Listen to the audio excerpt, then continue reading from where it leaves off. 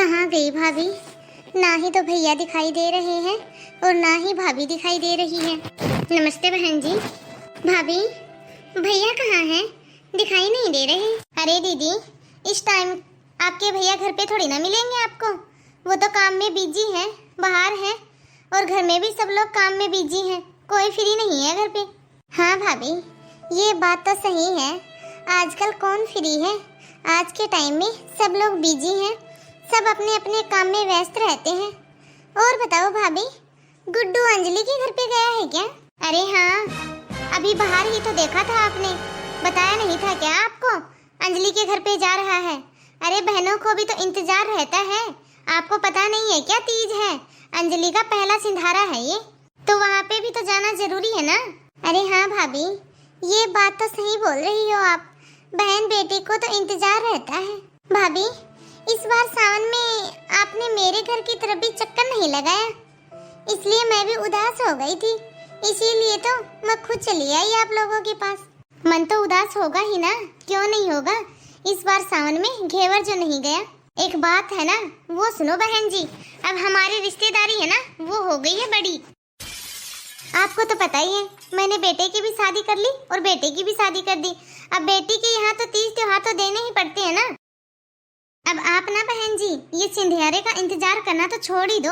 हम लोगों के पास जब भी टाइम हो जाएगा ना, आपसे मिलने के लिए कभी कभार आ जाया करेंगे। लेकिन बहन जी, अब हम लोग आपके घर पे हर त्योहार देने के लिए नहीं आ सकते। बुरा मत मानना भाभी, महंगाई इतनी हो गई है, बेटियों का लेन देन चल जाए ना, वो ही बहुत है। भाभी, ये तो मुझे भी पता है, अब आपकी रिश्तेदारी बड़ी हो गई है, और मेरा कब तक चलाओगे आप? अंजलि की भी तो अभी नई नई शादी हुई है, उसका भी तो लेन देन करना जरूरी है ना। बुआ जी, नमस्ते। बुआ जी नमस्ते बेटा, जीती रहो। तू यहाँ पे? तुझे डॉक्टर ने बेड रेस्ट के लिए बोला था ना, क्यों आई तू यहाँ पे? क्या काम था तुम्हें? मम्मी जी, वो मुझे बुआ जी की आवाज सुनाई दी, बस इसीलिए इनसे मिलने के लिए आ गई। अच्छा चल, अब मिल ली ना बुआ जी से, जा अपने कमरे में जाके आराम कर। भाभी, सब कुछ ठीक है ना? बहू को बेड रेस्ट दिया है डॉक्टर ने, कोई खुशखबरी है क्या? आप आराम से बैठो, मैं आपके लिए चाय बना के ले आती हूँ। मैंने तो यहाँ पे आके बहुत बड़ी गलती कर दी। यहाँ पे तो सब कुछ बदल गया है, पहले के जैसा कुछ भी नहीं है। और इन्होंने भी मुझे बोला था कि मायके जाने की एक उम्र होती है। मुझे तो सभी ने मना किया था यहाँ आने के लिए, लेकिन मैं ही थी जो कि जिद करके यहाँ पे चली आई। मुझे यहाँ नहीं आना चाहिए था। मेरा बेटा तो मुझे लेने के लिए कल ही आएगा, और यहाँ पे मैं एक मिनट के लिए भी नहीं रुक सकती। यहाँ से बस जाती है, मैं एक काम करती हूँ, मैं बस से ही चली जाती हूँ। भाभी, रहने दो चाय, मैं चलती हूँ अब।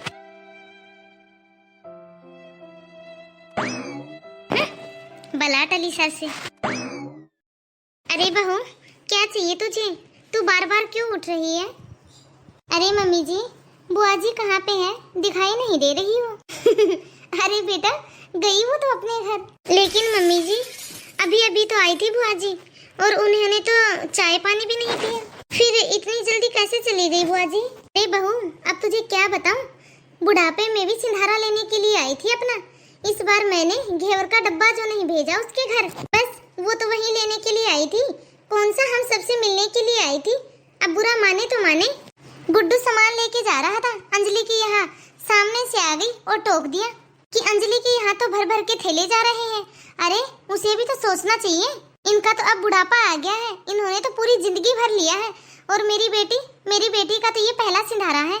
लेकिन मम्मी जी, बुआ जी भी तो इस घर की बेटी है, ये घर उनका भी तो है, आप भी तो उनके भाभी हो, पापा जी उनके भैया हैं, तो उनको भी तो इंतजार होगा ना सावन में सिंधारे का। अरे बहू, मायके आने की भी ना एक उम्र होती है, और ये तीज त्योहार ये सब एक उम्र पे ही अच्छा लगता है। बुढ़ापे में भी कोई सिंधारा आता है क्या मायके से? बुढ़ापे में कोई सिंधारा नहीं भेजता। और हाँ बहू, अब मैंने ना अपनी बेटी की शादी कर ली है, अब अपनी बेटी के तीज त्योहार चलाऊंगी, ना कि ननद के। मम्मी जी, तो इसका मतलब तो ये हुआ ना कि जब हमारी बेटी की शादी हो जाती है तो हमें ननद से रिश्ता नहीं रखना चाहिए। उनके तीज त्योहार नहीं चलाने चाहिए? अरे हाँ बहू, यही सच बात है। अब नई रिश्तेदारियों को देखें या फिर पुराने रिश्तेदारियों में ही जाते रहें। थैंक यू मम्मी जी, मुझे ये सब बताने के लिए। क्योंकि मम्मी जी, कल को जब मैं अपने बच्चों की शादी करूंगी ना, तो शादी के बाद मैं भी दीदी से सारे रिश्ते नाते तोड़ दूंगी, क्योंकि फिर दीदी की रिश्तेदारी भी तो पुरानी हो जाएगी ना। बहू, तेरी हिम्मत कैसी हुई मेरी बेटी के बारे में ये सब बोलने की? मम्मी जी, जो आप करोगी वो ही तो मैं करूंगी ना। मैं जो देख रही हूँ वो ही करूंगी। अब आप भी तो अंजलि दीदी की शादी होने के बाद बुआ जी से सारे रिश्ते नाते तोड़ रही हो। वो आज 2 मिनट के लिए भी आपके घर नहीं बैठ पाई। यदि माँ बाप के जाने के बाद ननद के साथ ऐसा होता है तो मैं भी तो ऐसा ही करूंगी ना मम्मी जी, जैसा कि आपने किया है बुआ जी के साथ। शाम होने को आई है, अब मैं कैसे जाऊं घर? अब मैं भाई के घर भी नहीं जा सकती और मुझे किसी बस का भी नहीं पता। अब मैं अपने घर वापस कैसे जाऊं? अब मैं बहू बेटे को क्या मुंह दिखाऊंगी? माँ के सामने ही मायका होता है, उसके बाद कोई किसी का नहीं होता। अरे सविता। भाई। अरे बहन, तू ये ऐसे रास्ते पे क्यों बैठी है? और तू ऐसे रास्ते में ही बैठी है, घर पे क्यों नहीं गई? क्या बात हुई है? और तुझे छोड़ के कौन गया है यूं ऐसे रास्ते के अंदर? क्या बात है? बता मेरी बहन, मुझे बता। मुझे तुम्हारी तबीयत ठीक नहीं लग रही है। क्या बात है बहन? चल घर चलते हैं, घर चल के फिर बात करते हैं। अरे बहन जी, आ गई आप? भाभी, मैं तो बस जा रही थी, लेकिन मुझे बस का पता नहीं चला। भैया दुकान से वापस आ रहे थे तो भैया मुझे अपने साथ यहाँ घर वापस ले आए। दीदी, अब बस भी करो, मुझे अपने किए पे बहुत शर्मिंदगी महसूस हो रही है। मैंने आपके साथ बिल्कुल भी अच्छा नहीं किया दीदी। दीदी, मुझे माफ कर दो। और हाँ दीदी, मुझे तुम्हारी भाभी ने ही फोन करके बताया था कि उसने तुम्हारे साथ कितना बुरा बर्ताव किया है। इसने मुझे दुकान पे फोन करके सारी बात बता दी थी, इसीलिए तो मैं दुकान से वापस जल्दी आ रहा था। लेकिन मुझे ये नहीं पता था कि तुम मुझे यूं रास्ते में ही मिल जाएगी। मैं तो ये सोच रहा था कि तू चली गई होगी और मैं आज ही अभी तुम्हारी भाभी के साथ तुम्हारे ससुराल आ रहा था। मुझे सब कुछ पता था मेरी बहन, लेकिन रास्ते में ही मैं इस बारे में तुमसे सारी बातें करता तो तुम मेरे साथ घर नहीं आती, इसीलिए तो मैंने वहाँ रास्ते में आपको कुछ भी नहीं बताया। बहन, हो सके तो हमें माफ कर दे। सच में दीदी, जब से माँ जी गई है तब से लेके आज तक कभी भी आपने हमें किसी भी प्रकार से परेशान नहीं किया और ना ही आपने कभी अपने मुंह से कुछ मांगा है हमसे। लेकिन फिर भी दीदी, मैंने आपके साथ ऐसा बर्ताव किया। मुझे माफ कर दो दीदी, मुझे माफ कर दो। पता नहीं मुझे क्या हो गया था दीदी।